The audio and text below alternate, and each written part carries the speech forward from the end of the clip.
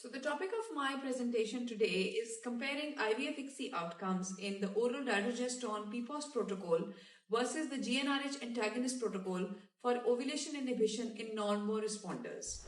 So first of all, I would like to declare that I had no conflict of interest in undertaking this research.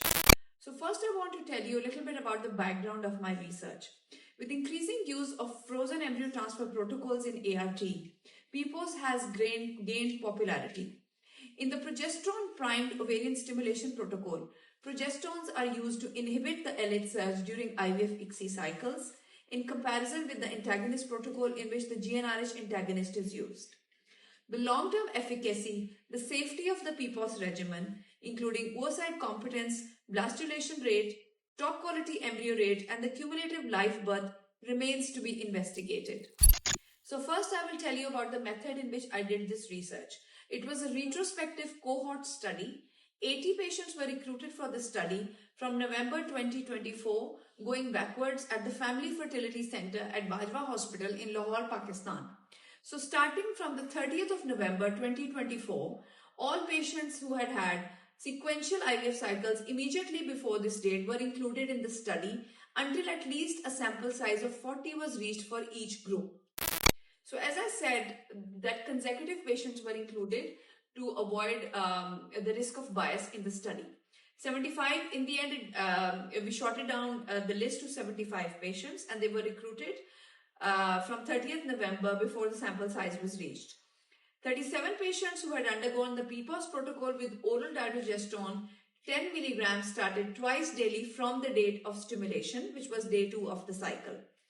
38 patients were selected with the GnRH antagonist protocol who were given the GnRH antagonist injection citrotide when the leading follicle reached at least 14 millimeter.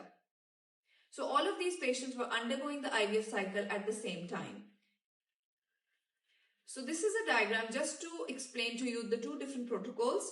So as you can see in the figure above, in the GnRH antagonist protocol, the stimulation was started on day 2 of the cycle. And then when the leading follicle reached 14 millimeter, around day 6 or 7 of the cycle, GnRH antagonist was added and it was continued till the day of trigger. So if you look at the figure below now, in comparison, in the oral dydrogesterone group, stimulation was started similarly at day 2 of the cycle. And at the same time, oral dydrogesterone 10 milligram twice daily was added starting from day 2 until trigger. So the inclusion criteria was age less than 36 years and AMH greater than or equal to 1 since the study was done on normal responders. All patients were given the same trigger, either decapeptile only or dual trigger, HCG and GnRH agonist decapeptile when 3 or more leading follicles reached 18 millimeter. The primary outcomes which were measured were fertilization rate, blastulation rate, top quality blastocyst rate. And the secondary outcomes measured were the days of stimulation, the total gonadotropin dose, and the mature oocyte percentage.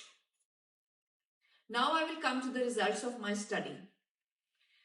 So for statistical analysis, an independent sample t-test was applied on the compiled data, and the p-value, if less than or equal to 0.05, was considered as significant. Confounders included age, AMH, and BMI were accounted for and were found comparable in the two groups.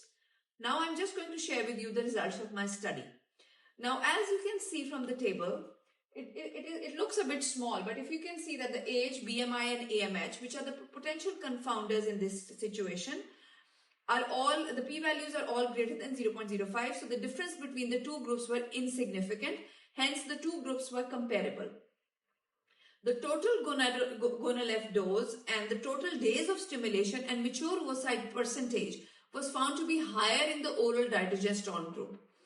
However, the primary outcomes, the fertilization rate, the blastulation rate, and the top quality embryo rate was found to be similar in both groups. So similar in the oral dydrogesterone versus the GnRH antagonist group. So the conclusion which I reached from my study was that there was no premature ovulation in any of the patients. So oral dydrogesterone was as efficient as GnRH antagonist in stopping ovulation.